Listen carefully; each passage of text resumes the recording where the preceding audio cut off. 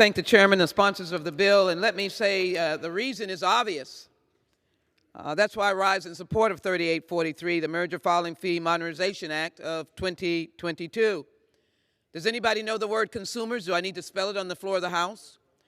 Ultimately, mergers have in many instances, detrimental impact on consumers, either by way of cost, loss of services.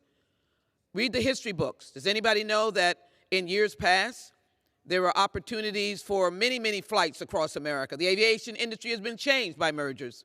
That is a prime example.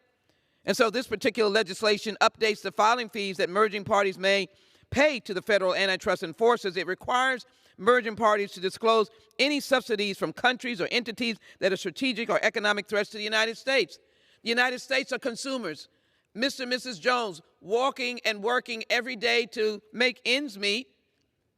And as Democrats have done in the Inflation Reduction Act and the reduction in health care costs and insulin costs, we're bringing down fees. But there's something about justice that's involved in this as well. We strongly support this, and the National Association of Attorney Generals and every single state attorney general wrote a letter urging Congress to pass the bill's amendments to the multi-district litigation statute as soon as possible so that our citizens benefit from more efficient, effective, and timely adjudication of antitrust actions. Merging fees are that to provide the extra resources that are needed. And the administration feels that to vigorously enforce the antitrust laws, the DOJ and the Federal Trade Commission need the resources to do their job.